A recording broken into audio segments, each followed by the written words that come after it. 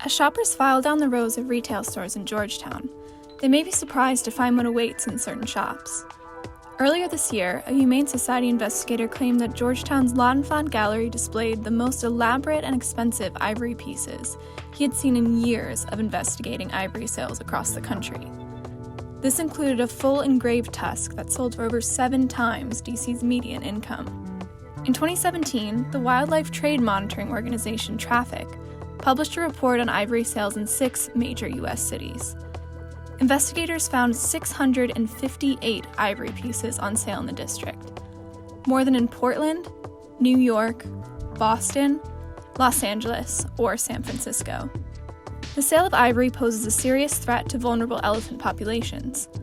According to the Great Elephant Census, there was a 30% loss of African savanna elephants in just 7 years, between 2007 and 2014, predominantly due to poaching.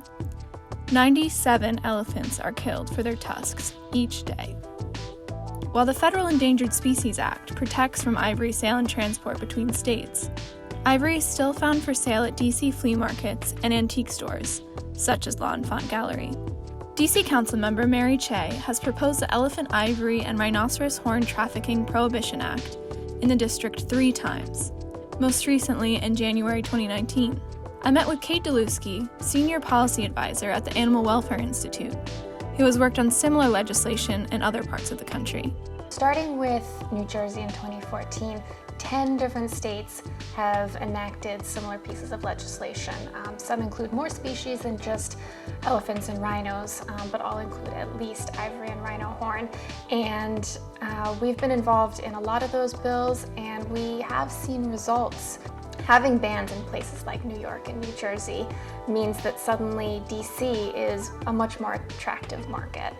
So it's really important that we continue to seal up these ports by passing the bans on sales within states in the district until we don't give the market an opportunity to move anywhere else.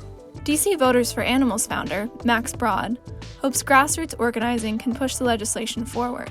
He called me from the UN Framework Convention on Climate Change in Madrid. A lot of people see this as a wildlife issue, and that's a really, really important angle.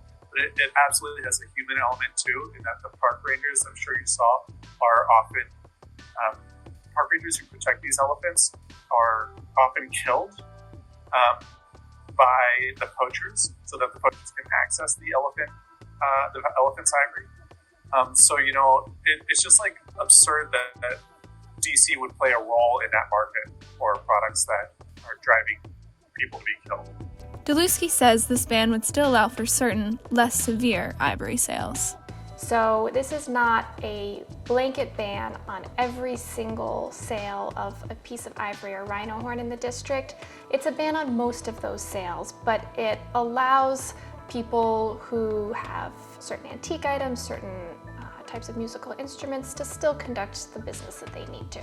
She insists that the legislation is needed, not only for elephants and rhinos, but for the ecosystem at large. In terms of sustainability, of course, these animals and every other animal that is killed for their parts is a piece of this web of life, and you can't just remove one animal or a few animals from an ecosystem by driving them to extinction without seeing this tremendous ripple effect. If we don't address that on every level, including the biggest animals out there, then humans are in a lot of trouble.